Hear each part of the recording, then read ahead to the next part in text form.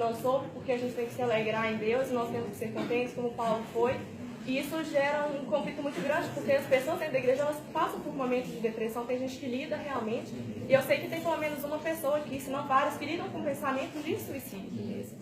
E aí eu queria saber como que o cristianismo, ele lida com essas situações, o cristianismo e a depressão, e o cristianismo e o suicídio, esses pensamentos suicidas. Uma pergunta fácil aqui. Voltemos evangélico.com, você coloca lá na busca suicídio, tem ótimos artigos sobre isso, diferente de algumas posições meio extremistas no meio evangelical. A pergunta, só para repetir pessoal, é como a fé cristã ela responde ou lida com questões como depressão e suicídio. Um colega publicou um texto, eu sou editor de uma revista virtual chamada Teologia Brasileira, e um colega chamado Juan de Paulo, ele publicou um texto muito bom, acho que uns 2 anos atrás, quando 2 pastores se suicidaram em sequência, ok? Sua pergunta é específica demais, vou tentar ser um pouco mais genérico, ok? Geralmente, nossa postura com o suicídio é comandada por pressupostos católicos, ok? Lembra que no catolicismo o suicida ele não é enterrado em Campo Santo, ele é enterrado fora do Campo Santo. E muitas das nossas pressuposições e presunções contra o suicídio têm esse ponto de vista. Então, em linhas gerais, o suicídio é uma tentação para cristãos genuínos também. E na história, alguns cristãos genuínos chegaram ao suicídio por N razões, não só por depressão. Por exemplo, na Segunda Guerra Mundial, um major-general alemão chamado Henning von Treschkov, ele estava envolvido num plano para matar Hitler, e o plano deu errado, e rapidamente todas as pessoas envolvidas, pelo menos os principais oficiais envolvidos naquele plano para matar Hitler, que eram ou luteranos ou católicos, foram presos. Ele estava no fronte russo, e ele sabia que se ele fosse torturado, ele entregaria vários outros colegas dele. Então, ele pega um jipe, se dirige para a linha de frente, pega uma granada, ele vai para o meio da floresta, deixa a ordenança dele no jipe, ele se ajoelha, ele tira o pino da granada, se dobra sobre a granada e a granada explode e ele morre na hora. Então, geralmente, nossa tendência é dizer, ele não era crente, ele não era convertido genuíno. Mas eu falei há pouco que a nossa entrada na vida cristã é um ato divino. E nesse ato Deus nos declara justos, Deus nos redime por meio de Cristo, nosso pecado foi propiciado. E muitas vezes, quando nós vamos debater essa questão de suicídio, a nossa tendência é dizer, a pessoa não se arrependeu, não teve um arrependimento útil, por isso ela não vai para o céu. Mas espera aí, se ela é cristã, ela já foi justificada, ela já foi redimida, e o seu pecado, todo o seu pecado foi propiciado e expiado por Cristo na cruz. Como é que ela não vai para o céu? Nós podemos falar de Sansão. Tecnicamente, o que Sansão faz é o que em ética a gente chama de suicídio heróico. E ele é contado entre os heróis da fé. Já o suicídio de Saul, não.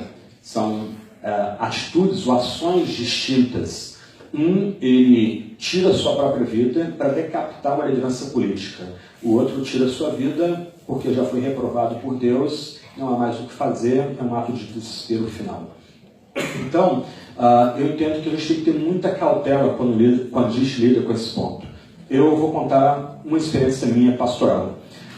No meu primeiro ministério, a gente tinha uma senhora na igreja, rica, e que ela trabalhou na parte de educação do Rio de Janeiro, muito dura, mas que ela se converteu, e se converteu de forma genuína. E ela se tornou uma pessoa completamente diferente. Só que ela precisava ser medicada. Ela tinha que ter acompanhamento o tempo todo.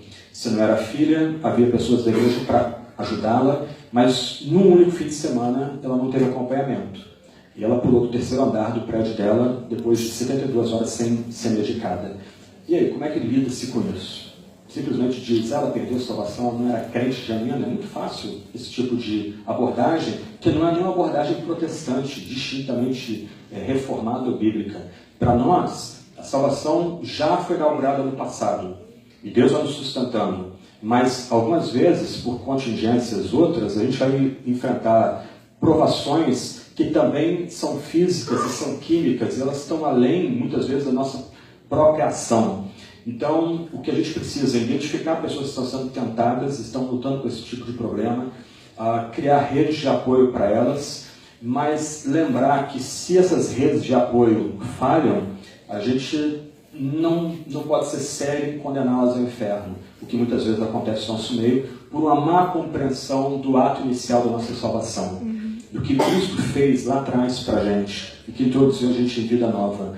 E, do outro lado, eu acho muito curioso, se a gente for falar que há gradações de pecado, alguns pecados que são mais chocantes para Deus do que outros, isso está na Confissão de Westminster, a maior parte da gente vai ficar chateado, não pode, todo pecado é igual, não há pecadinho, não é pecadão, nosso discurso típico protestante. Mas então, se esse é o nosso discurso típico protestante, por que uma pessoa que chega ao suicídio, e uma pessoa que chega a essa posição, uma pessoa que perdeu toda a alegria em si mesma, toda a esperança, ela chega a uma situação muito dramática, porque ela então perdeu a salvação, se todo pecado é igual perante Deus. É uma questão só para colocar aqui, mas eu acho que falta um pouco de tato e compaixão da gente quando a gente lida com isso, além de uma estrutura realmente bíblica do que é salvação.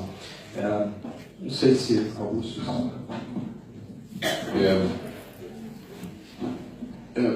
Eu acho que todos nós temos que concordar que suicídio nunca deveria ser a saída. E que se Deus proíbe que nós... É um dos pecados proibidos no mandamento não matarás. Interpretado pela Confissão de Fé de Westminster, ele diz que esse pecado proíbe que a gente não somente tire a vida dos outros, mas que tire a nossa própria. Então, o suicídio, ele seria pecado. Né? É pecado, suicídio. Todavia, ele não é o pecado sem perdão.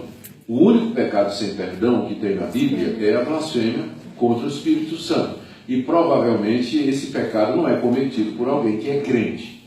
Então pode acontecer, por todos esses fatores que o Franklin falou, pressões externas, problemas psicológicos, problemas existenciais, que um crente, num momento de fraqueza, ele ceda. E ele então veja tirar sua própria vida como sendo a única forma dele escapar da angústia, da depressão, das trevas em que ele está passando naquele momento. E ele vai cometer esse ato. É pecaminoso, de fato é. Mas não será isso que haverá de separá-lo da graça de Deus e do perdão que é dado em Cristo Jesus. Eu concordo totalmente com o que o Franklin falou. Se a nossa salvação vai depender de, na hora da nossa morte, a gente ter colocado em dia todos os nossos pecados, então pouca gente vai escapar aqui. Pouca gente vai escapar. Então a pessoa que cometeu o suicídio, né, que atentou contra a própria vida, de fato pecou, quebrou o mandamento, não matarás, mas isso não a impedirá de entrar no gozo da vida eterna, porque a salvação é dada pela graça de Deus e nada pode nos separar disso. Se eu estiver numa rodovia brigando com minha mulher, discutindo com ela, brigando feio com ela, e de repente nós temos um acidente e morremos ali naquele momento sem termos tido a oportunidade de nos reconciliar, não vai ser isso que vai impedir da gente entrar na vida eterna. É claro que a gente vai entrar batendo um no outro, não sei. Vai chegar cheiro de fumaça lá, né? Porque é pela graça e pela misericórdia de Deus. Um ponto aqui que eu acrescentaria pastoral é o seguinte: a tendência de quem fica se sentir culpado. Geralmente a pessoa que chega a um ato desse, ela não faz isso como um tipo de vingança contra quem ficou vivo. Mas ela chega a um nível tal de desesperança, de tristeza, que ela, assim, é a forma dela interromper esse ciclo de dor. Mas infelizmente quem fica vivo tem que ajuntar os cacos. E também nós falhamos quando nossa igreja, além de não ter um olhar compassivo para essa situação, a gente não tem uma rede de apoio para apoiar aqueles parentes que ficam, que têm que carregar sequelas, onde nós erramos, podíamos ter feito diferente. E para mim, esse é o conforto da soberania divina. Que mesmo em situações duras como essa, talvez daqui a algum tempo Deus esteja usando você para ajudar pessoas nessa mesma situação a remediar e retornar a uma situação, talvez que ela possa tomar uma posição parecida com o que o seu irmão fez. E Paulo fala isso em 2 Coríntios, né, que Deus leva a gente a situações duras para a gente ser ministrado e aprender como ministrar outras pessoas. Quem sabe Deus não ajuda você a ter um ministério nessa área, mas não se sinta culpada.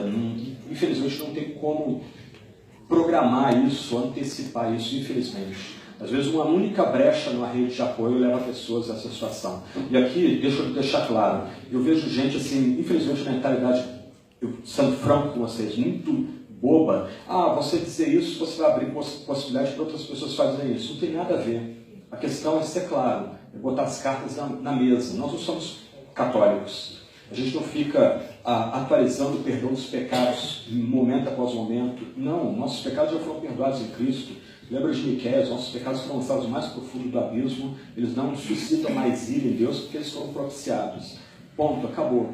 O que a gente tem que saber com essas informações é como lidar com casos assim. Chama compassiva, misericordiosa, bondosa. Ponto. Vocês querem? Não, eu ia só dizer isso mesmo, que o fato de que a gente olha para o suicídio dessa forma, como foi falado aqui, como não sendo pecado sem perdão, isso a gente deve colocar de uma forma cuidadosa para não parecer que a gente está dizendo para você que está desesperado, angustiado, em trevas e assim, que o suicídio é a solução para os seus problemas, porque não é. Você vai deixar para trás gente que vai levar marca, culpa, angústia o resto da vida, e é pecado, Não é o pecado sem perdão, mas não está certo, não é dessa maneira que Deus deseja que você resolva seus problemas e suas dificuldades. Então, só para dizer isso aqui, ninguém está encorajando, né? Deus nos guarde. E se você está aqui com algum pensamento suicida, não quero supor que aqui ninguém pense isso, é bem possível que vários de vocês tenham depressões e pensamentos suicidas. Não se isole. A pior coisa que você pode fazer é se isolar. Procure ajuda do seu pastor, de um irmão na fé. Procure ajuda. A igreja existe para isso. Próxima pergunta.